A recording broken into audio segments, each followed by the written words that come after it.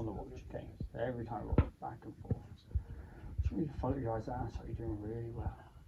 And what you'll find is pretty soon, that's right, his eyes are beginning to get tired, they're beginning to blink a lot more. And you can just allow those eyes to close when they're ready, and only when they're ready.